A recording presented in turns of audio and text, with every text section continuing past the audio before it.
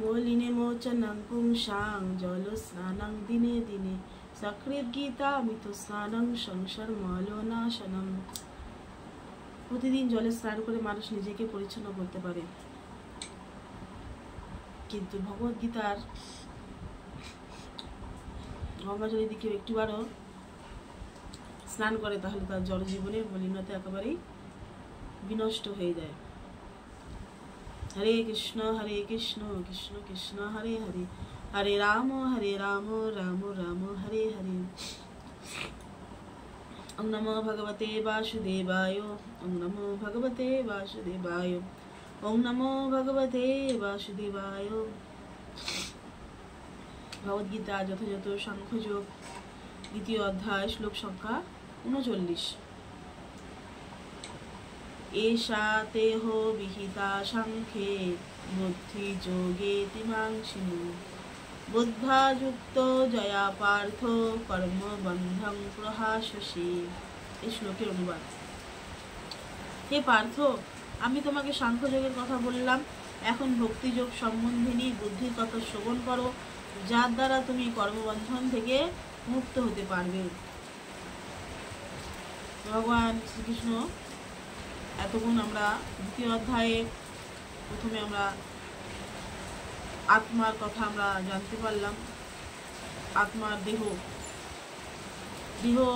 অনিত্য, আত্মা হচ্ছে নিত্য, ভগবান আগে বলেছেন।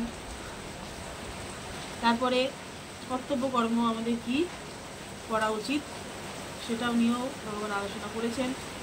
এখন সাংখ্যযোগের কথা বলা হয়ে গেছে, এখন ভক্তি যোগের কথা ভগবান এবং কর্মযোগের কথা ভগবান বলবেন অর্জুনকে এবং আমাদেরকে, যে আমাদের ভক্তি কিভাবে আমাদের করা উচিত আর আমাদের এই কর্মবন্ধন থেকে আমরা কিভাবে মুক্ত হতে পারব।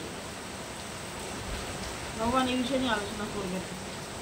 তো আমরা এই পরের শ্লোকে আমরা জানতে পারবো যে আমাদের ভক্তিযোগ এবং কর্মযোগ আমাদের কীভাবে করা উচিত।